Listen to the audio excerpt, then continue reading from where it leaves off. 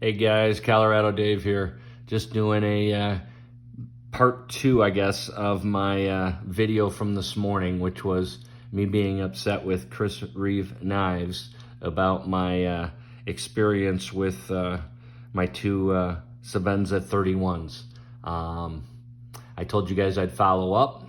The only reason I was upset this morning is that I received a letter first thing this morning from the service department in reference to both these knives are in the shop currently, which I'll get into in a minute, but it was in reference to my small Sebenza 31 with inlay. There was three things that they were taking a look at on the knife. They were sending me a letter back basically stating my biggest issue with the knife was the rock lock, which they didn't even mention in the letter. They didn't say anything about fixing it or addressing it or anything whatsoever. My second issue, which was a very minor one, was that they were using a different micarta in the actual inlays versus what I had gotten on my large Sebenza. Again, more of a very minor issue, just the micarta was definitely different, which I have learned since they are using a different micarta and that it is a little bit different. And there's reasons for that because of consistencies they were having with the what I'm call, for lack of better terminology, the coil look, which was the first version of it. They were having some consistency issues is what I've learned from their service department. So they have changed that micarta. I'm okay with it. I like it. It's just a little bit different. And then the third issue I had was, it wasn't an issue, but I just wanted confirmation from them that my blade born date and the label on it both say that it's CPM S45VN. And since I hadn't seen any of those knives out there yet, this must have been one of the first runs. I just wanted to confirm that it truly was S45VN and that it's not S35VN. And those were the three things they were basically looking at on the knife. And then, you know, potentially some side-to-side play as well. But the bigger thing was the rock lock. That was the biggest issue for sending it in.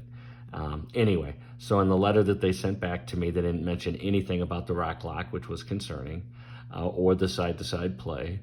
They did mention the micarta, and I understand that better now, as I explained.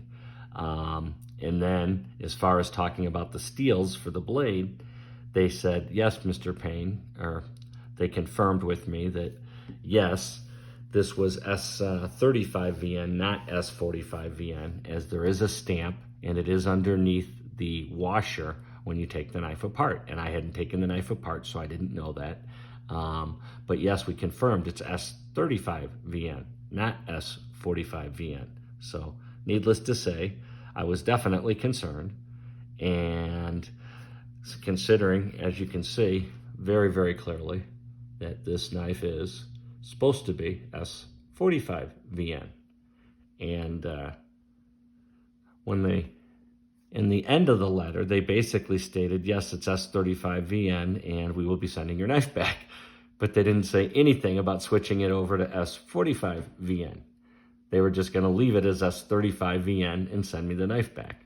Well, that was obviously concerning and not acceptable to me because that's not what I bought. So at this point, I was concerned and I was a little bit upset. So I sent out a first video, which you guys probably saw in the last hour. This is my follow-up video to that, as I was able to call Chris Reeve once they opened up this morning. I did talk to their service department. I was able to talk to Chris, which was the gentleman I talked to the first time, which, by the way, that's really cool that I'm able to talk to the same person about the same issue on the same knife and feel like they understood exactly what I was talking about and that we were on the same page. So that was awesome. Thank you for that, guys. The biggest reason for this video is thank you, Chris Reeve, for helping me believe in you. And I'm glad I trusted in you guys that you'd get it right, because they got it right.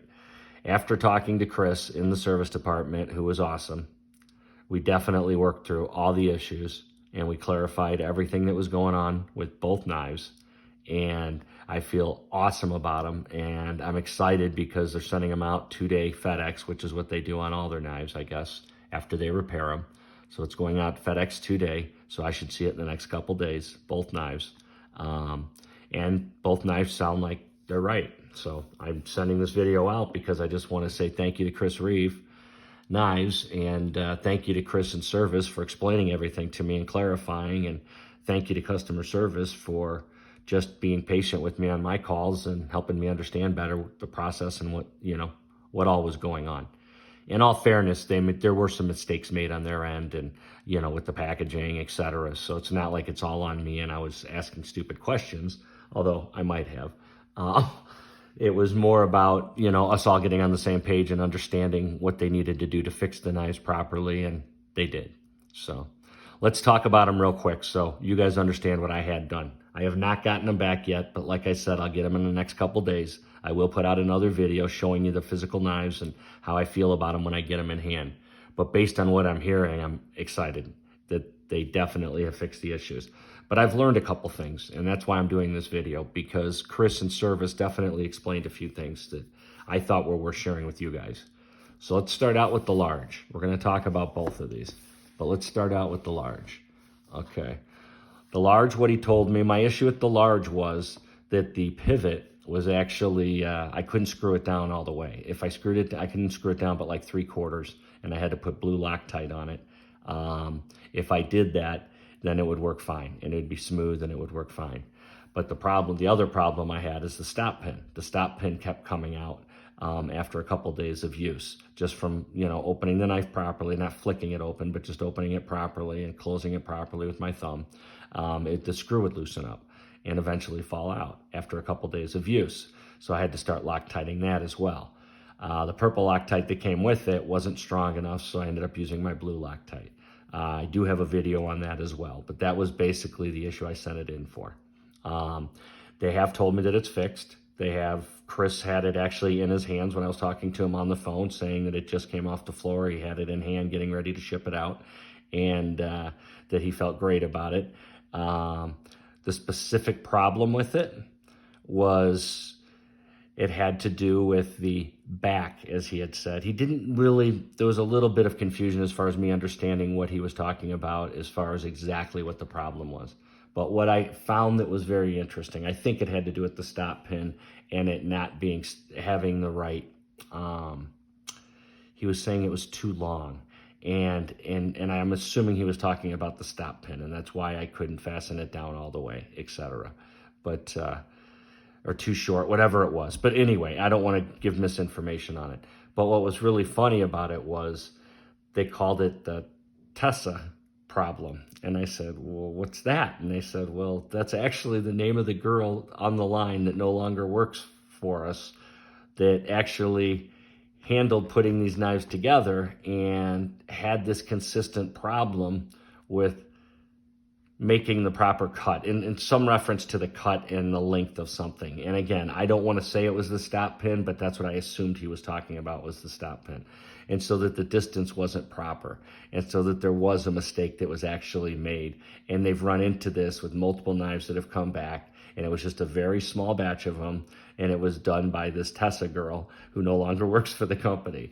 But I thought it was kind of funny, so I just figured I would share it with you guys. Hopefully I'm not giving too much information, Chris, and getting you in trouble, but I appreciate the honesty. And hey, you know what? We all have things happening. We all have employees that don't quite get it, and it sounds like it was one of those situations, and I just appreciate how honest they were about it, and it made me feel better that they understood what the issue was. They've had it happen already. They knew exactly how to fix it, and they put a new back on it or whatever is what he had said. And so it sounds like, bottom line, that the action's great on it, and I should be really excited when I get it back. So anyway, that's the large Sebenza 31 inlay and what the issues were and how they fixed it. And I'm confident that when I get it back, it's going to be dynamite.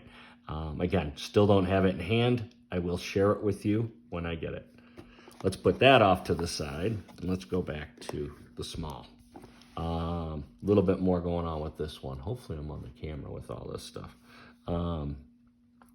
Now, the small, he definitely clarified. He goes, he was the one who actually wrote me the letter this morning from the service department, which was awesome because he knew exactly what I was talking about. And he goes, he was very apologetic, and he just said, yeah, I kind of wrote the note quick, and I don't think I put all the information in there I needed to. And yeah, talking's much better. He goes, let's go through it. And again, Chris was his name. He was in service. Awesome. Really, really helpful, really positive attitude, and really tried to make me understand what all they had done to the knife, which was great. Thank you, Chris. Now, Now, with the small Sebenza, first thing I asked him was about the rock lock and, was it a legitimate issue? Did you guys address the issue? You didn't mention anything in your letter about it that you sent me this morning. And he's like, I am sorry, I should have mentioned it. Yes, it was a legitimate issue. Yes, we had a first run of these that we did. The way I understand it was they had if you have a stamp on yours that says D9, I believe it is, or it's D19. I'm going to get this wrong. I think it's D9. Either way, D9 or D19. There's a specific, it is D19 actually. I'm sorry. It's D19, I believe. But if it had this specific stamp on it, they did have a problem with that run, that specific run, with the rock lock. And any knife that's come back with that D19 stamp on it, they have immediately resolved the issue and replaced it without a second thought because they know that there was an issue with that run. So it may be something you want to look for. If you have a D9 or a D19 on the back of your knife, I apologize for not remembering for sure which one.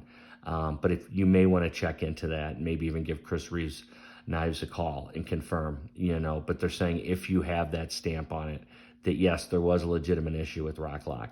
And they have obviously resolved it, and it should not be a concern at all in the future. And obviously they made my knife right because they knew what the problem was and they knew exactly how to address it. So yeah, I have 100% confidence in what Chris had told me, and that they were going to get it right. The other thing he brought up then was about the steel. I said, well, what's this issue with the steel? You're sending the knife back out with S35VN on it. And, I bought a knife with S45VN, which is what it says on the label and says on the birth card and everything else. How do you plan to address that issue? And he's like, I didn't want to presume that, you wanted me to put S45VN on there. He goes, if that's what you want, he goes, that's what you got. He goes, I will put it on the blade. And, of course, we're going to make it right. And he didn't need to say anything else. And he's like, and I'm going to get that done today. I'm going to find a way to get it done today. I'm going to ship this out by later today, tomorrow at the latest. He goes, it's a priority to me now. And that meant a lot to me. It really did. You could tell they really, really, really cared. And he really wanted to make it right. And he wanted to do it as quickly as he possibly could. And he understood that, there were a couple headaches on it, but he owned them and we moved forward. Then we talked about the micarta a little bit, and that's where I got a better explanation on the micarta that they do get different runs of it, and that they kind of have tightened up that pattern, so it does look a little bit different than the first run of it. I don't know if it makes sense to you guys because I don't have the knives in front of me. It's harder to talk about. But if you have my first one, my large Sebenza, had the natural micarta inlays. My second one has the black micarta inlays. But the first one, it had kind of like a coil pattern, like a white coil pattern that went through it, like a corkscrew type of pattern. When I got my small Sebenza in the black micarta inlay, canvas micarta inlay, it did not have that. It had a very different kind of look to it. That was more of it still had the black and gray and white kind of going through it, but it did not have that kind of coil look to it. It didn't have the same pattern in it. So it definitely looked like different micarta. And the way that when they cut the micarta, to fit into the inlays, on the sides of it, it looked different as well because of the way that the micarta is layered. Again, I wish I had the knives in front of me. It would make more sense, but hopefully, you're getting something out of this. So the side of the micarta looks different as well. It takes on a different appearance. Not that it's bad, not that it's good. It's just different. It's definitely different aesthetically. And so I had questioned that. He had explained that, yes, it was a different run of micarta. And part of the reason is they had a hard time with consistency on the coil look. And because of that, they're getting away from it. So you will be seeing more of what's coming out now, which is what I have on my small Sebenza 31 with the inlay. Which is a tighter pattern, I think, and they're having more success with it. So just FYI on that as well. So anyway, I learned some good information. I figured I'd share it with you guys and put out a special thanks to Chris Reeve Knives for, one, being patient with me and just really educating me through the process of, what is involved in getting your knife serviced with them, and you know how they really are there for you. And you know what, I can stand behind 100% and say that they've held my hand through this process, you know, and I've kind of needed it because the problems were legitimate.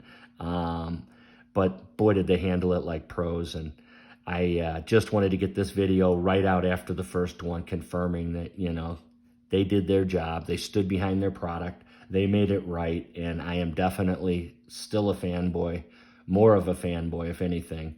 And again, I don't have my knives back in hand yet. I'm assuming the best. I will share another video with you, you know, confirming all this, but I have no reason to doubt them on getting this right and getting me in a better place based on the fact that I had bad luck with two different knives, with two different issues that Chris Reeve has run into with this knife. I just happened to get one of each, and it was just dumb luck. And they made it right, and you can know that they'll stand behind their product. So again, thank you, Chris Reeve Knives. And I am still a fan, and I will definitely consider more of your knives in the future. Thanks. That's all I got, guys.